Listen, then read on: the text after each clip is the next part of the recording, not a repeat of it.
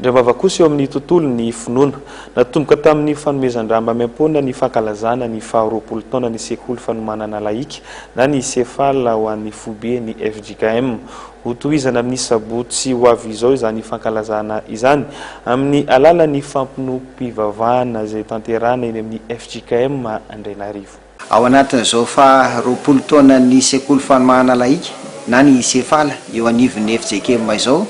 dia manao fampopavahana iombonana amin'ireo sinodam-paritany rehetra ato anatin'ny faritanina Antananarivo, zany hoe hatrany Antsirabeka hatrany Kazobe ary hatrany Tsomandidy sy ny Antananarivo Atsinanana misy sinodam-paritany 420 eo. Ireo dia manao fampopavahana ho fidiran'Andriamanitra ao amin'ny FJKM Andrainarivo Fahasoavana amin'ny sabotsy 20 ny volana Mey izao manomboka amin'ny 7 ora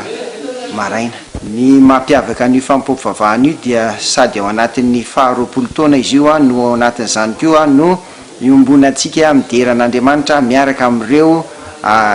kristianina rehetra tsy mbola nisy ngamba tahaka izay hoe tena ny faritanina Antananarivo na le province teo aloha mihitsy no hiaraka iombonao zany, ary indrindrindra koa manasa atokopira dia ny atokopira tsy dia le hoe mahazatra ao amin'ny fiangonana zany fa ny mpianatra ao amin'ny lycée Jules Ferry sy ny atokopira ny Foloandahy. Zay no hiaraka iterina Andriamanitra amin'ny fotoana io zany, zay no anisan'ny mampiavaka azy.